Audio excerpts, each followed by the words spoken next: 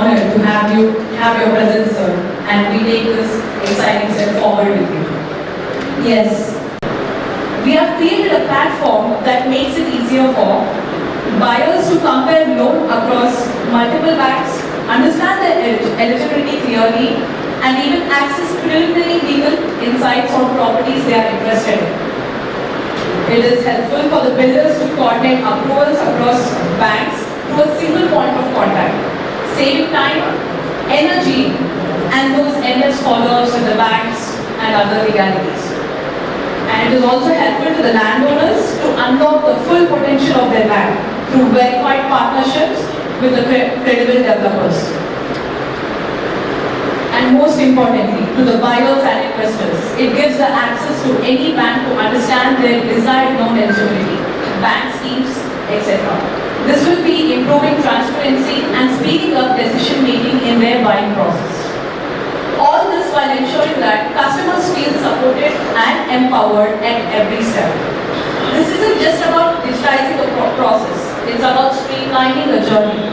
Because today's customer is fast moving, digitally savvy, and values trust just as much as timelines.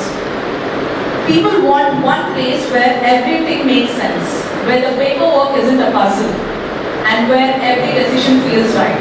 That place is hrcsindia.com. We have built this with care, backed it with credibility, and filled it with features that truly serve the people who matter the most. That is you, the stakeholders. Before I close, I'd like to thank the brilliant team behind this platform. Their dedication has transformed this vision into something real and ready.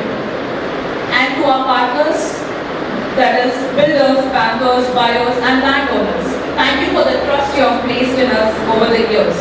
This launch is not just about going live online today. It's about going forward together. So whether you're buying your first home, launching your next big project, or exploring your land's potential, HRCS India is here to make it easier, clearer, and faster.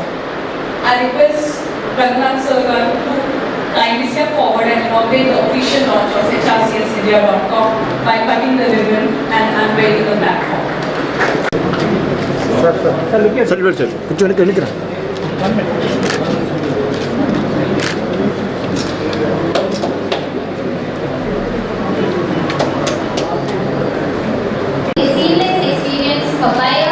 Sellers and investors. This platform is designed to bridge the gap between traditional transparency, efficiency, and convenience for all the stakeholders. Now, without further ado, I request Mr. A.V. Raghunath Garu to share his thoughts on this occasion. Your presence and words of wisdom are invaluable to us, sir.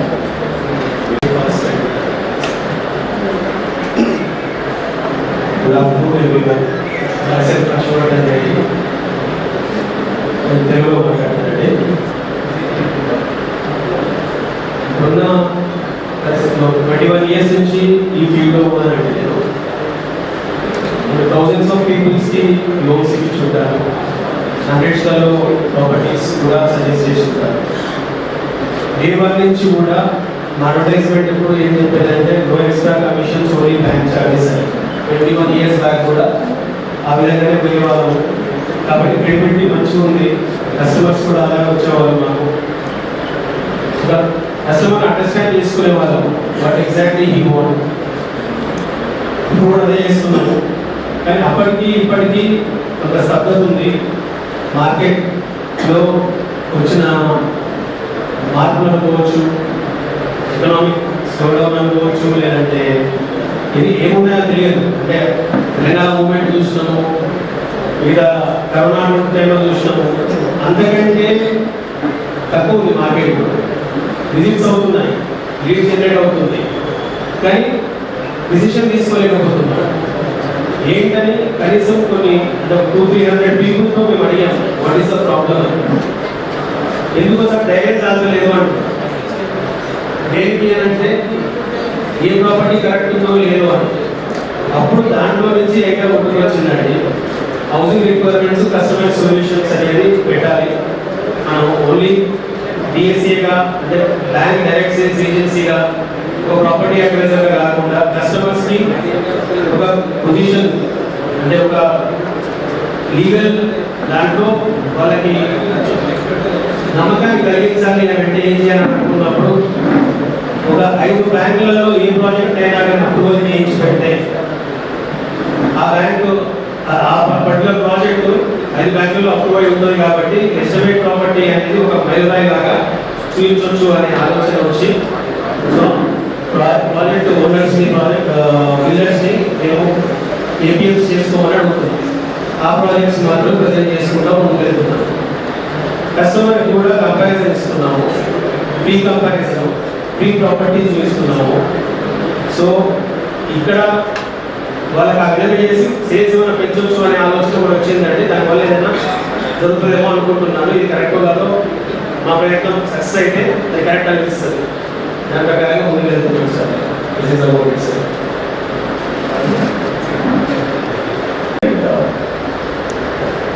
But carefully by everyone. Very good Ashok Reddy గారికి అలానే ఇక్కడ చేసినటువంటి ఆహ్వానితులకి పనిచేసినటువంటి సిబ్బంది అందరికీ కూడా నమస్కారం. చాలా సంతోషం ఈరోజు ఇక్కడ హెచ్ఆర్సిఎస్ ఈ ఒక డిజిటల్ ప్లాట్ఫామ్ ఏదైతే రియల్ ఎస్టేట్లో చాలా ముఖ్యమైనటువంటి ఒక డిజిటల్ ప్లాట్ఫామ్ని అశోక్ రెడ్డి గారు వారికి ఉన్నటువంటి అనుభవాలంతా క్రోడీకరించి ఇది ఒక పబ్లిక్కి అట్లానే ఒక ఫైనాన్షియల్ బ్యాంకర్కి అంటే కస్టమర్ బ్యాంకింగ్ ఫినాన్షియల్కి అట్లానే ల్యాండ్ ఓనర్ అందరినీ అనుసంధానం చేసినటువంటి ఒక ఈ డిజిటల్ ప్లాట్ఫామ్ దీనికి మనం ఇవ్వడం ఇక్కడికి వచ్చిన తర్వాత దీని ఒక ఇంపార్టెన్స్ ఇంకా నాకు అర్థమైంది. మీ అందరికీ తెలుసు రియల్ ఎస్టేట్ అనేది చాలా ముఖ్యమైన అంశం. మన దగ్గర అందరూ కూడా ప్రతి వాళ్ళు కూడా రియల్ ఎస్టేట్ అంటే ల్యాండ్లో ఇన్వెస్ట్ చేస్తుంటారు, లేకపోతే ప్రాపర్టీ అక్వైర్ చేస్తూ ఉంటారు అని ఉన్నారు. దాంతో పాటు చాలా మంది రియల్ ఎస్టేట్ సంబంధం లేకుండా కూడా ఉండేవాళ్ళు చాలా మంది ఉంటారు. అంటే టెనెంట్స్ ఉంటారు, లేకపోతే ఇక్కడ కూడా ఉంటారు. బట్ ఏదైతే రియల్ ఎస్టేట్ గురించి చాలా నాలెడ్జ్ తెలుసుకోవడం, చర్చ జరగడం ఇదంతా కూడా చాలా చాలా అవసరం. సో హైదరాబాద్ మీ అందరికీ తెలుసు ఆవిర్భావమైంది జూలై 2024లో రాష్ట్ర ప్రభుత్వం దాని గౌరవ ముఖ్యమంత్రి గారు రేవంత్ రెడ్డి గారు ఇది ఒక అంటే ఈ ఎక్సెల్యూగా జరుగుతున్నటువంటి ఈ చెరువుల కబ్జాలు, నారాల కబ్జాలు, లేకపోతే గవర్నమెంట్ ప్రభుత్వ ఆస్తుల కబ్జాలు, ఇతర lunch spaces like green spaces like parks ఇట్లాంటి కూడా వీటన్నిటిని కూడా చెక్ చేస్తూ ప్రభుత్వ ఆస్తులు పరిరక్షిస్తూ డిజాస్టర్ మేనేజ్మెంట్ అంటే విపత్తు నిర్వహణ దానికి సంబంధించి కూడా వర్షాలు పడ్డప్పుడు కూడా చిన్నపాటి వర్షాలు కూడా మొత్తం హైదరాబాద్ అంతా మనం చూస్తున్నాం. సో దీంట్లో ఒక పరిష్కారం చూపించాలనే దాని గురించి చూస్తే ఈ హైదరాబాద్ అనేది ఒక సంస్థ. ఇది first of it's kind in the country. Hyderabad అనేది ఒక institution created by executive order. So దీనికి చాలా చర్చ జరిగింది. చాలా మంది కోర్టు పోయారు. హైదరాబాద్ అనేది చట్టపరమైన సంస్థ కాదా అని చెప్పేసి చాలా కోర్టు కూడా రకరకాల అన్నింటినీ కూడా చాలా వాదనలు అన్ని విన్న తర్వాత హైదరాబాద్ అబ్సల్యూట్లీ లీగల్ ఇన్స్టిట్యూషన్ చెప్పేసి చెప్పండి. ఎస్ దీంతో పాటు మాకు చాలా పవర్స్ కూడా హైదరాబాద్ ఇవ్వడం కూడా జరిగింది. రకరకాల చట్టాలు అంటే మున్సిపాలిటీస్ యాక్ట్ నుంచి ఉంటుంది, జిహెచ్ఎంసీ యాక్ట్ నుంచి ఉంటుంది, అలానే ఇతర చట్టాలు లైక్ ఇరిగేషన్కి సంబంధించిన చట్టాల నుంచి ఉంటుంది, రెవెన్యూకి సంబంధించిన చట్టాల నుంచి ఉంటుంది, వివిధ అంశాల నుంచి కూడా చాలా పవర్స్ ఉంటుంది. అండ్ హైదరాబాద్ పోలీస్ స్టేషన్ కూడా ఒకటి శాంక్షన్ అయింది. అది కూడా వర్క్ జరుగుతుంది, స్టాఫింగ్ కూడా జరుగుతుంది. బహుశా అతి కొద్దిగా బహుశా ఒక 10-15 రోజులు అది ఇనాగ్రేషన్ కూడా అవుతుంది. సో ఇవన్నీ చేస్తున్న క్రమంలో మేము హైదరాబాద్ మీ అందరికీ తెలుసు స్టార్టింగ్లో డెఫినెట్గా మేము వెరీ అగ్రెసివ్ అండ్ కొన్ని డిమాండేషన్స్ చేసిన దాని గురించి చాలా చర్చ జరిగింది. And this was a very very useful discussion. FTL అనే వాడు ఎవరికి తెలియదు. ఎఫ్టీఎల్ గురించి అందరికీ కూడా ఒక అవగాహన వచ్చింది. అప్పుడు ఎవరికి తెలియదు. నాకు కూడా హైదరాబాద్ వచ్చినా నాకు ఎఫ్టీఎల్ అనే విషయం తెలియదు. సో ఎఫ్టీఎల్ అనేది ఒక రోడ్డుని, ఒక చెరువుని లేదా ఒక వాటర్ బాడీని కాపాడడానికి సంథింగ్ ఫుల్ ట్యాంక్ లెవెల్ అనేది ఒక రోడ్డుని అనేది చట్టాలు ఎప్పటి నుంచో ఉంది. కానీ మనకు తెలియదు, అవేర్నెస్ లేదు.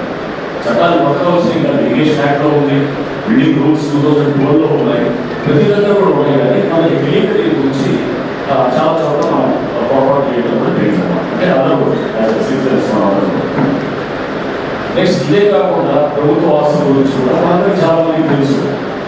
ఒక దగ్గర సర్వే నెంబర్లో చూపిస్తారు పర్మిషన్, ఇంకొక దగ్గర కడతారు. చూపించి అట్లాంటివి కూడా హైడ్రా డిమాలిష్ చేస్తారు. సో దాని మీద చాలా చర్చ లేదు. బట్ దాని నుంచి కూడా పబ్లిక్ అంటే ఈ ఇంకా అంటే ఒక దగ్గర సర్వే నెంబర్ చూపించి ఇంకొక దగ్గర కట్టడం అనేది ఇది కూడా అంటే గతంలో ఇంకా ఇలా జరుగుతుందా అనేది ప్రతి ఒక్కరు కూడా దాని మీద కూడా చర్చ చేయండి. సో అంటే ఏది ఎఫ్టీఎల్ లేదా ఏది ప్రభుత్వ భూమి ఏది కాదు, ఈ అన్సర్టనిటీలో కొంత డెఫినెట్గా పబ్లిక్ డెసిషన్ మేకింగ్ కొంత స్లోగా ఉండడానికి అవకాశం ఉంటుంది. సో ఇదంతా కూడా హైడ్రాకి ఆహ్వానిస్తూ కూడా కొంతమంది వెస్టర్న్ ఇంట్రెస్ట్ అంటే ఈ డెసిషన్ మేకింగ్ చేయడం అనేది మనం ఎక్కడైనా కానీ రియల్ ఎస్టేట్ ఒక మోసపూరిత ఫౌండేషన్ మీద కొంతమంది స్వార్థపరం అందరికీ కొంతమంది స్వార్థపరం చేసినటువంటి మోసపూరిత ఫౌండేషన్ మీద రియల్ ఎస్టేట్ అనేది చూడడం కరెక్ట్ కాదు. మనం we should have a fair society. ఒక మంచి సొసైటీ వైపు మనం పోవాలి. మన పార్టీ ఇక్కడ ఉన్నది, నీకు ఎవరు వచ్చి కబ్జా చేస్తారో తెలియదు, లేదా నీ ల్యాండ్లో ఎవరు వచ్చి ఎక్కడ వెళ్తారో తెలియదు. ఇంకా మనం 75-76 సంవత్సరాలు ఇండిపెండెన్స్ రావాలి ఆలోచన చేస్తున్నామంటే సంథింగ్ రాంగ్. సిస్టమ్స్లో మన ట్రాఫిక్ వ్యవస్థ చూస్తే కూడా మనకు అర్థం ఎవరైనా వాడు వస్తాడు, ఎక్కడంటే అక్కడ అవుతుంది, ఎక్కడంటే అక్కడ పోతున్నాడు. మనం అదే వేరే చేసరికి అక్కడ ఎంత బాగుంది ట్రాఫిక్ వ్యవస్థ అనుకుంటున్నాం. వైనాట్లీ ఇప్పుడు ఆల్ సిస్టమ్స్ మన కంట్రీ మన నేచర్ మనం ఫాలో చేసుకోకూడదు. సేమ్ థింగ్ ఇట్లానే ఒక ల్యాండ్స్ విషయంలో కానీ ఇప్పుడు ఎందుకు చేయకూడదు. దీని నుంచి ఇట్లాంటి సంస్థలు ఏదైతే కానీ విచారణ చేసిన సంస్థలు ఏదైతే వస్తున్నాయో ఈ ఒక ఫెయిల్గా అంటే మనం ఏంటంటే రకరకాల కూర్చొని మనం డిసిషన్ తీసుకోవాలి. సపోజ్ నేను ఒక భూమి కొంటున్నాను ఎగ్జాంపుల్, అది ఎఫ్టీఓలో ఉందా లేదా తెలుసుకోవాలంటే ఇప్పుడు ప్రస్తుతానికి హెచ్ఎండి వెబ్సైట్లో ఉన్నాయి. Hydraa is working on it. Hydraa is collecting lot of information to draw FTLs for various days. ఆ ఇన్ఫర్మేషన్ ఏంటి? We're collecting from various sources, అదే మీడియా మ్యాప్స్, శాటిలైట్ ఇమేజరీస్, అలానే ఇంతకుముందు చేసినటువంటి ఏరియల్ ఇమేజరీస్, చాలా రేపు ఎల్ఆర్ఎస్ రేపు ఆపర్చునిటీ రేపు ఎవరు సైన్ చేస్తాం ఇమేజెస్. సో అంటే చాలా సాంకేతిక పరిజ్ఞానాన్ని అంతా కూడా తీసుకుంటూ మేము ఈ ఎఫ్టీఎల్ అనే రూల్ ఏదో ఎవరు ఇచ్చినటువంటి రిపోర్ట్ బేస్ చేసుకొని ఎవరు ఇచ్చిన దాన్ని చెప్పారు అది ఇంపార్టెంటే.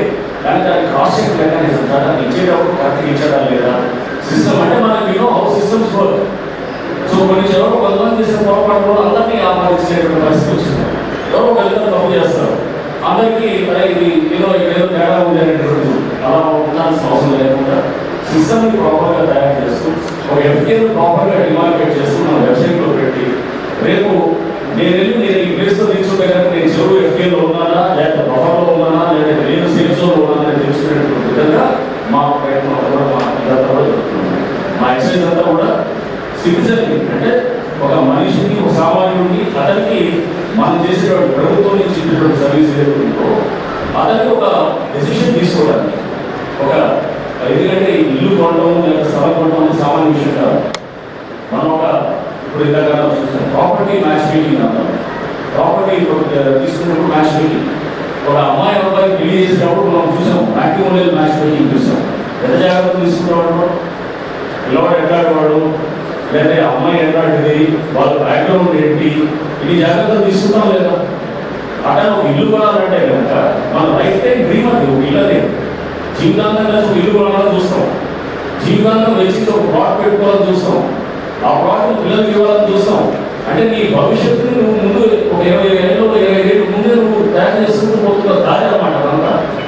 ఇటువంటివన్నీ కూడా సడన్గా ఆ ప్లాట్ గవర్నమెంట్ ల్యాండ్లో ఉంది లేదా ఆ ప్లాట్ అయితే ఎఫ్టీఓలో వచ్చింది లేదా ఇక్కడికి వచ్చినప్పుడు మన డ్రీమ్స్ అన్ని కూడా పడవలసి అవడానికి అవకాశం. మనం వేసుకున్న దారి ఏదైతే ఉందో అదంతా కూడా మనకి ఏదో అస్తవ్యస్తగా కనబడుతున్నాను. ఇవన్నీ ఉండకూడదు. మీ ఏదైతే కనుక ఉన్నదో ఒక సిస్టమ్ అనేది ప్రాపర్ ఉండడానికి హైడ్రా అనేది పనిచేస్తున్నాం. సో దీంట్లో ఎఫ్పిఎల్ కాలేజీ అనేది ఎఫ్పిఎల్ దాంతో పాటు గవర్నమెంట్ ల్యాండ్స్ కూడా ఉంటాయి. గవర్నమెంట్ ల్యాండ్స్ కూడా కొన్ని చోట్ల ఎక్కడో సర్వే నెంబర్ చూపిస్తారు, ప్రైవేట్ పక్కన సర్వే నెంబర్ చూపిస్తారు. పర్మిషన్ తీసుకొచ్చి గవర్నమెంట్ ల్యాండ్లో కట్టే సందర్భంలో పబ్లిక్ ఏం చేయాలి? పబ్లిక్ ఏం చేయాలి? సింపుల్ కామన్ సెన్స్ అన్నమాట. నువ్వు ఎక్కడ ఉన్నావో చూసి ఆ సర్వే నెంబర్ ఎక్కడ ఉందో ఒకసారి చెక్ చేసుకోవాలి. మీరు భూముల వెబ్సైట్లో దానికి వెళ్తే కూడా మీకు తెలుస్తుంది ఎక్కడ ఉంది. మీరు చూపించిన సర్వే నెంబర్, మీరు చూపించిన పర్మిషన్ తెచ్చింది ఎక్కడ ఉంది లేదా ఇక్కడ ఉంది.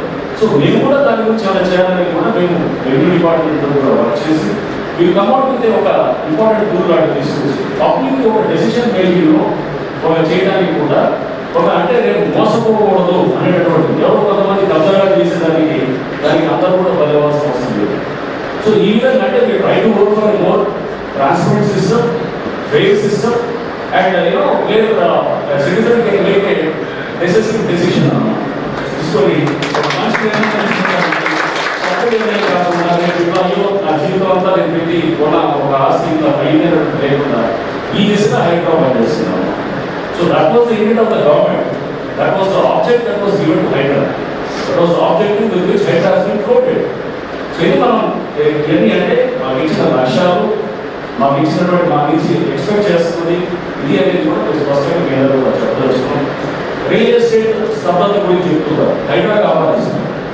రియల్ ఎస్టేట్ స్తబ్దత గురించి మాట్లాడుతున్నప్పుడు రియల్ ఎస్టేట్ చాలా కారణం ఉంది. రియల్ ఎస్టేట్ అంటే ఏదో కొంతమంది బడబాబు చేతిలో ఎక్కడ 100 కోట్లు 50 కోట్లు ఉండి లేకపోతే ఎస్ఎఫ్టీ 10,000 15,000 అనేది అది కాదు. Real estate is much bigger thing. Yes, affordability అనేది ఉండాలి. 10 మందికి అందరికీ అందుబాటులో ఇల్లు ఉండాలి. అందరికీ సామాన్యుడు కూడా ఇల్లు కొనుక్కోవడానికి ఒక ఉండాలి. అది that is much more important. మనంతా అనేది రోటీ కప్పడా పక్క ఇల్లు లేని basic housing is basic need. దానికి 10,000 ఎస్ఎఫ్టీ చొప్పున పెట్టి మీరు అక్కడ కొనాలంటే కనుక జీవితాంతం ఇల్లు కట్టేటువంటిది మీకు సింపుల్ ఉంటుంది. అఫోర్డబిలిటీని మెజర్ చేసేది మీకు సంథింగ్ కాల్డ్ పిఐ రేషియో. అంటే pi is the price to income ratio. Pi ratio అంటే ప్రైస్ అంటే ఏంటి? ఇల్లు ఉందొకటి, ఒక ఇల్లు దాని రేటు, ఒక ఇల్లు కొనాలనుకున్నాం దాని రేటు సే ఎస్ఎఫ్టీ అంటే 7,000 చెప్పాడు. నేను సే 1,500 ఎస్ఎఫ్టీ కొందాం అనుకుంటున్నాను. ఒక 3 బెడ్రూమ్ హౌస్ కొన్నాం. 1,500 into 7 something like 1 lakh 1 to 5 lakhs something వస్తుంది. ప్లస్ నాకు కార్బోహానికి ఇల్లు ప్లస్ నాకు ఇది ఇంటీరియర్స్ అన్ని కలిపి ఇంకొక 23 లక్షలు అవుతుంది. అంతా కలిపి వేరే 14,500 అయింది ఎక్స్ట్రా. అంటే that is the price. P I నా ఇన్కమ్, నేను ఎంత సంపాదిస్తాను? నేను నెలకి 1,00,000 రూపాయలు సంపాదిస్తాను. ఏదో 100 సంపాదిస్తాను. నెలకి 1,00,000 రూపాయలు యాన్యువల్ ఇన్కమ్ ఎంత అవుతుంది? 12 లక్షలు అవుతుంది. సో పిఐ రేషియో ఎంత అవుతుంది? 3.5 డివైడెడ్ బై 12 లక్షలు. It is something like more than greater than 12.7 12 వస్తుంది. అంతే కదా? 1,500ని 12 లక్షలు భాగిస్తే 12 వస్తుంది. పిఐ రేషియోస్ ప్రకారం మామూలుగా మాట్లాడితే కనుక 5 కన్నా ఎక్కువ pi ratio is not considered right. 5 కన్నా ఎక్కువ ఉంటే కనుక ఇట్ ఈస్ కన్సిడర్డ్ అన్అఫోర్డబుల్. 10 కన్నా ఎక్కువ ఉంటే ఎక్స్ట్రీమ్లీ అన్అఫోర్డబుల్. సో మనం ఎక్కడైతే కనుక 12, 15 అట్లా పిఐ రేషియోస్ వెళ్ళాలంటే కనుక అన్అఫోర్డబుల్ హౌసింగ్ ఉంటుంది. సో అన్అఫోర్డబుల్ దాన్ని అఫోర్డబుల్ మీద తీసుకురా. అంటే ఈ కరెక్షన్ అనేది రేట్లు కరెక్షన్ అంటే నిరంతరం జరుగుతుంటుంది. నేను హైడ్రా వచ్చిన తర్వాత జరుగుతుంది కాదు. పెరుగుతాయి రేట్లు, తగ్గుతాయి. 2008లో కూడా జరిగింది, చాలా సందర్భాల్లో జరిగింది. సో ఇలా అంటే రేట్లు పెరుగుతాయి, మళ్ళా పడతాయి, మళ్ళా పెరుగుతాయి, పడతాయి. ఇవన్నీ హైడ్రా కాపాడించి కొంతమంది రెస్టారెంటర్స్ రియల్ ఎస్టేట్ అంటే కనుక మొత్తం ఇలా జరుగుతుంది. అది కూడా దాన్ని కూడా మేము చెప్పదలుచుకున్నాము. సో రకరకాల ఫ్యాక్టర్స్ రియల్ ఎస్టేట్ ముడిపడి ఉంటుంది.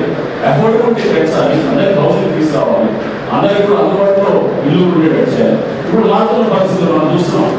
ఇప్పుడు అమెరికాలో జరుగుతున్నటువంటి రిటాలియేటరీ టారిఫ్స్ లేకపోతే ఇతర అంశాలతో దాని ఇంపాక్ట్ గ్లోబల్ మొత్తం ఉంటుంది, వరల్డ్ మొత్తం ఉంటుంది. దాని ఇంపాక్ట్ రేపు అన్ని చోట్ల just Hyderabad is no exception, India is no exception. ప్రపంచవ్యాప్తంగా దీని ఇంపాక్ట్ ఉంటుంది. ఉన్నప్పుడు దాంతో కూడా మనకి రకరకాల రియల్ ఎస్టేట్ దానికి కూడా ఇంపాక్ట్ ఉండవచ్చు. లేకపోతే ఇక్కడ మనకి ఏది ఇన్వెంటరీ, అన్సోల్డ్ ఇన్వెంటరీ చాలా ఇప్పుడు మీరు చూస్తే కనుక 3 లక్షల పైన ఇది 2-3 లక్షల పైన ఫ్లాట్స్ కట్టిన ఉన్నాయన్నమాట, లాస్ట్ ఉన్నాయి, అవి కూడా అన్సోల్డ్ ఉన్నాయన్నమాట. సో ఇవన్నీ కూడా ఒక రియల్ ఎస్టేట్ దీంతో లింక్. సో వెల్స్ మళ్ళీ coming back to this thing, bankers కూడా ఉన్నారు. సో వాళ్ళు కూడా నేను చెప్పేదంటే మన జనరల్ అనుకున్నాం బ్యాంక్ వాళ్ళు కనుక ఒక బెట్టింగ్ కేసు ఇస్తే కనుక అంత సేఫ్ అనుకుంటాం. మన ఈ మధ్యలో ఆశ్చర్యపోయింది ఏంటంటే బ్యాంకులు బెట్టింగ్ చేసిన తర్వాత, అంటే ఇది మేము ఫస్ట్ ఇనిషియల్గా టెక్నాలజీస్ వాళ్ళు కూడా చేసినప్పుడు they have not done due diligence. వాళ్ళు కూడా అక్కడ పర్మిషన్స్ లేని వాటిని క్యాన్సిల్ చేసిన దానికి కూడా ఈ మధ్య కూడా చూస్తున్నారు. 111 జీవోలో ఉన్నటువంటి కొన్ని దాంట్లో కూడా అక్కడ కూడా బ్యాంకర్స్ లోన్స్ ఎట్లా ఇస్తారు.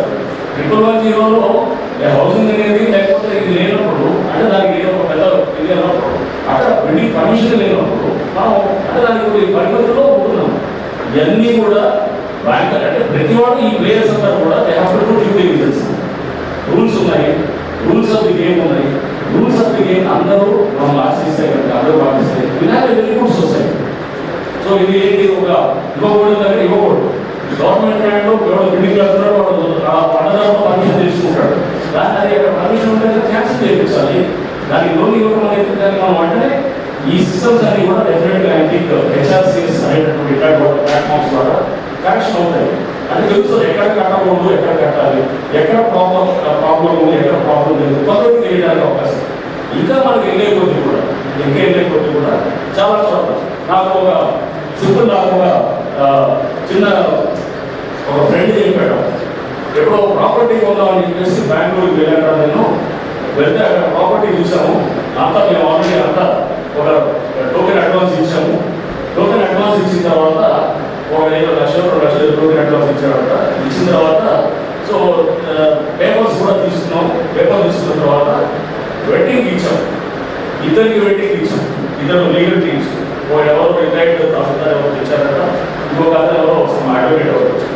రెండింటిలో కూడా ఎటువంటి ప్రాబ్లం లేదని చెప్పి ఆ తర్వాత ఇతను అక్కడికి వెళ్ళి ఒకసారి అక్కడ చూద్దాం, మళ్ళీ ఒకసారి ప్రాపర్టీ వెళ్తే అక్కడ చిన్న చాయ్ బండి ఉన్నది అన్నమాట. ఆ చాయ్ బండి దగ్గర మాట్లాడుకుంటా ఆ సైడ్ దగ్గరే వాళ్ళు అన్నారంటే అసలు సుప్రీంకోర్టులో నడుస్తుంది, లిటిగేషన్ నడుస్తుంది, అది తెలియదు వీళ్ళకి ఇచ్చిందని. అంటే field level enquiry also it's very very important. So మనం ఎప్పుడైతే కనుక జస్ట్ ఊరికనే మనం ఇది తెలుగు మీదే కాకుండా కొన్ని సందర్భాల్లో డౌట్ వస్తే ఫీల్డ్ లెవెల్ ఎంక్వైరీ కూడా చెక్ చేయాలి. చెక్ చేసిన తర్వాత ఇవన్నీ చేసే క్రమంలో ఎప్పుడైతే మోసపోయే వాళ్ళు లేరో మోసం చేసేవాడు కూడా ఉంటాడు, ఆటోమేటిక్గా అయిపోతాడు. సో రేపు హైదరాబాద్ పోలీస్ స్టేషన్లో కూడా ఇటువంటి మోసం కొనేవాడు కాదు, దాని వెనకాల సుఖదారు అమ్మేవాడు.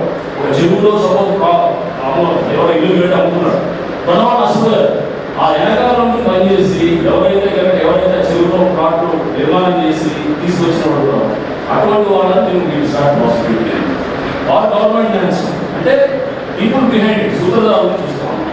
సో వాళ్ళని చూస్తే తప్పకుండా వాళ్ళని ప్రాసిక్యూట్ చేయడం మొదలెట్టి కొత్త చట్టం వచ్చింది, సిఆర్పిసి మాడిఫై చేసి బిఎన్ఎస్ఎస్ చట్టం, ఆస్తులు కూడా అటాచ్ చేశారు. ఆస్తులు కూడా అటాచ్ చేసినటువంటి ప్రావిజన్స్ కూడా ఈ కొత్త చట్టంలో ఇచ్చారు. సో ఇవన్నీ కూడా మనం అంటే చట్టాలు ఉన్నాయి, చట్టాలన్నీ ఉన్నాయి, కోర్టులు ఉన్నాయి, వ్యవస్థలు ఉన్నాయి. ఇది ఎఫెక్టివ్గా పనిచేయడం మొదలెట్టింది డెఫినెట్గా we have a better society. And ఎవరైతే సామాన్యులు లేకపోతే ఎవరైనా ఇల్లు కొనాలంటే కనుక కళలన్నీ కూడా రేపు ఎక్కడేంటంటే ఈ మేకబెడలా కూలిపోయే పరిస్థితులు రాకుండా ఆ కళలుగా రియలైజేషన్ అయ్యేటటువంటి విధంగా కూడా మన సొసైటీ పనిచేసేటట్టు అందరూ కలవాలి. ఇప్పుడు హెచ్ఆర్సిఎస్, బ్యాంకర్స్, రెవెన్యూ అడ్మినిస్ట్రేషన్, ప్రతి వాడు ఎవరిబడి చేసి ఫెయిర్ గేమ్ ఉండాలి. అంతా ఫెయిర్ ఉంటాయి కనుక everything is going to be progress. ఆ దిశగా పోవాలి. ఏదైనా అంతా మనం ఏది ఒక ఇంటోకేట్ థాట్లో ఏది మొత్తం అంతా ప్రమాణం కూడా నేను అంతా మాట్లాడదు కానీ బట్ ఎస్ డెఫినెట్గా మన లక్ష్యం ఒక మంచి లక్ష్యంతో పనిచేస్తున్నప్పుడు డెఫినెట్గా things will be following in line. So I again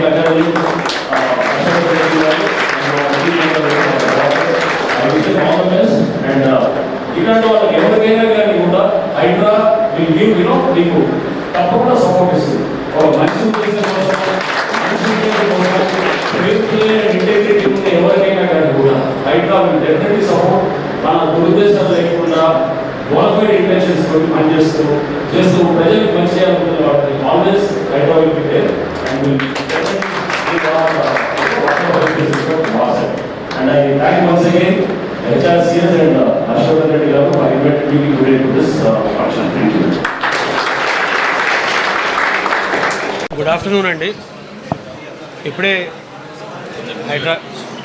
Hydraa commissioner గారు మా HRCSindia.com వెబ్సైట్ని లాంచ్ చేశారు. మా ఉద్దేశం మీకు చెప్పినట్టే, ఎనీ కస్టమర్ అండి ఫస్ట్ అంటే ఇల్లు కొనే వ్యవహారము రీసెంట్గా మీరు చూసిండ్రు, హైడ్రా డిమాలిషన్స్ జరిగిన వాటికి కూడా లోన్స్ వచ్చి ఉండే, హైడ్రా డిమాలిష్ చేసిన వాటికి కూడా లోన్స్ వచ్చి ఉండే. లోన్స్ వచ్చిన వాటిని అంటే ఏదో బ్యాంకులో మేనేజ్ చేసుకొని లోన్ వచ్చింది వాళ్ళకి. యాక్చువల్గా సార్ మేమేమంటున్నామంటే, కస్టమర్ యాక్చువల్ ఫస్ట్ నుంచి స్టార్ట్ చేసుకుంటే అంటే ఓన్లీ లీగల్ పార్ట్ అనేది 90%, ఎందుకంటే ఆ ప్రాపర్టీని నెక్స్ట్ జనరేషన్కి ఇవ్వాల్సి ఉంటుంది కాబట్టి. అదొక అంటే ఒక ఎగ్జాంపుల్ చెప్తాను సార్. ఒక లోన్ కావాలి అని అంటే 100 రూపాయలు ఒక ప్రాపర్టీ అనుకుందాం, దానిలో 80 రూపీస్ లోన్ కావాలి, 80% లోన్కి వెళ్ళాలి. ఒక కస్టమర్కి 100 రూపాయలు శాలరీ ఉంటే అందులో నుంచి 60 రూపాయలు ఈఎంఐ కడుతున్నాడు సార్.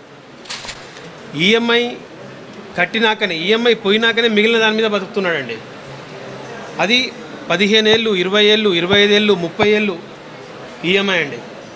అర్థం చేసుకోండి, ఒక్కొక్క కస్టమర్కి ఉండే ఆ కమిట్మెంట్ డైలీ అంటే మంత్లీ వచ్చిన శాలరీలో ఈఎంఐని పక్కన పెట్టే మిగతా ఖర్చులు, ఫ్యామిలీని చూసుకోవాలి, ఫుడ్, హెల్త్, ఎవ్రీథింగ్ అంతా. సో అట్లాంటి ప్రాపర్టీ లీగల్గా ప్రాబ్లం అయింది అని అంటే మాత్రం చాలా ఇబ్బంది కదండి. నేనేమన్నానంటే, ఫస్ట్ ఆఫ్ ఆల్ ఇల్లు కొనే వ్యవహారము చాలా సెంటిమెంట్తో కూడుకున్న వ్యవహారం. కస్టమరు పిల్లలకు చెప్పుకుంటాడు ఇల్లు ఇక్కడ కొనుక్కుందామని, వైఫ్తో చెప్పుకుంటాడు ఇక్కడ కొనుక్కుందామని, పేరెంట్స్తో చెప్పుకుంటాడు. కొనడానికి వెళ్ళినప్పుడు ఈ పర్టికులర్ ప్రాపర్టీ చూసినప్పుడు పిల్లలు నచ్చింది అన్నారనుకోండి, అతని ఎలిజిబిలిటీ కంటే ఎక్కువ ఉందనుకోండి, తీసుకోలేకపోతే ఇబ్బంది పడతాడు కదా. మేము ఫ్రీ సర్వీస్ ఇస్తున్నాం సార్. టాప్ 5 బ్యాంక్స్ నుంచి కంపారిజన్ ఇస్తామండి. ఏ బ్యాంక్లో ఎంత ఎలిజిబిలిటీ వస్తుందో, ఎంత రేట్ ఆఫ్ ఇంట్రెస్ట్ వస్తుందో, ఎవ్రీథింగ్ ఫ్రీగా సర్వీస్ ఇస్తాను. దాన్ని బట్టి మీ సేవింగ్స్ని బట్టి ఒక బ్రాకెట్ వేసుకొని దాని ప్రకారంగా అంటే ఆ పర్టికులర్ దాంట్లో మీరు ప్రాపర్టీ చూసుకుంటే బెటరు అనేది నా ఉద్దేశం. చూసుకునేటప్పుడు కూడా ఏదైతే ప్రాపర్టీ మీరు చూసుకుంటున్నారో ఆ ప్రాపర్టీ లీగల్లీ ఫైనా కాదా అనేది బేసిక్గా ప్రాథమికంగా చెక్ చేసి చెప్తాం సార్. కావాలంటే అదే అందుకే సార్ని పిలిచింది దేనికనంటే, ఏదైనా ఉంటే వీళ్ళు తీసుకునే ప్రాపర్టీ ఇలాంటి దాంట్లోకి ఎక్కడైనా వస్తుందేమో కూడా మేము చెక్ చేసి చెప్తామని చెప్పడానికి ప్రయత్నం చేస్తున్నాం సార్. సో దానికోసమే HRCS అంటే housing requirements customized solution. So కస్టమర్ని ఫస్ట్ ఎలిజిబిలిటీ తెలుసుకొని ప్రాపర్టీ పరంగా, ఇదే విధంగా బిల్డర్స్ని కూడా మేము రిక్వెస్ట్ ఏం చేస్తున్నామంటే, మేము ఇప్పుడు బిల్డర్స్ దగ్గరికి అందరు బ్యాంకర్స్ వస్తారు సార్, వచ్చి వాళ్ళ ప్రాపర్టీని అప్రూవల్ చేయించుకుంటారు, వెరిఫై చేయించుకుంటారు. దానివల్ల బిల్డర్కి కూడా 5 బ్యాంకులతో మాట్లాడాల్సి వస్తుంది. వేరాజ్ HRCS ఇండియా దగ్గరికి వస్తే 5 బ్యాంకుల వెరిఫికేషన్ నేను సింగిల్ కాంటాక్ట్లో చేయిస్తానండి. కస్టమర్కి కూడా 5 బ్యాంకులలో కంపారిజన్ ఇస్తాను. అంటే ఒక 5 బ్యాంకులలో ఒక ప్రాపర్టీ అప్రూవ్ అయ్యింది అని అంటే, లీగల్లీ వెరిఫై అయ్యింది అని అంటే, ఆ ప్రాపర్టీ కొనడానికి జంకాల్సిన అవసరం లేదు. యాక్చువల్గా ఏదో ఒక బ్యాంకులో లోన్ వస్తుంది అని అంటే అది అనుమానం, ఆల్రెడీ అది బయటపడ్డది కూడా ఈ మధ్యకాలంలో మీరు చూశారు. సో అలా కాకుండా చేద్దామనే ప్రయత్నం HRCSindia.com చేస్తుంది సార్. ఎనీ టైం ఆన్లైన్లో అయినా సరే HRCSindia.comకి లాగిన్ కావచ్చు, లేదంటే 970-400-4000 ఆ నెంబర్ కాల్ చేసినా హెల్ప్ చేస్తారు sir. It's simple number 970-400-4000. A customer కూడా ఇబ్బంది పడకుండా, హౌస్ అంటే హ్యాపీ హోమ్ కదా సార్, సంతోషంగా ఉండాల్సింది కదా. కొన్నప్పటి నుంచి టెన్షన్ ఉండకుండా ఉంటే బాగుంటుంది కదా. దానికోసం ఈ ప్రయత్నం చేస్తున్నాం సార్. ఇది ఎంతవరకు ఆదరిస్తారో థ్యాంక్ యూ సార్.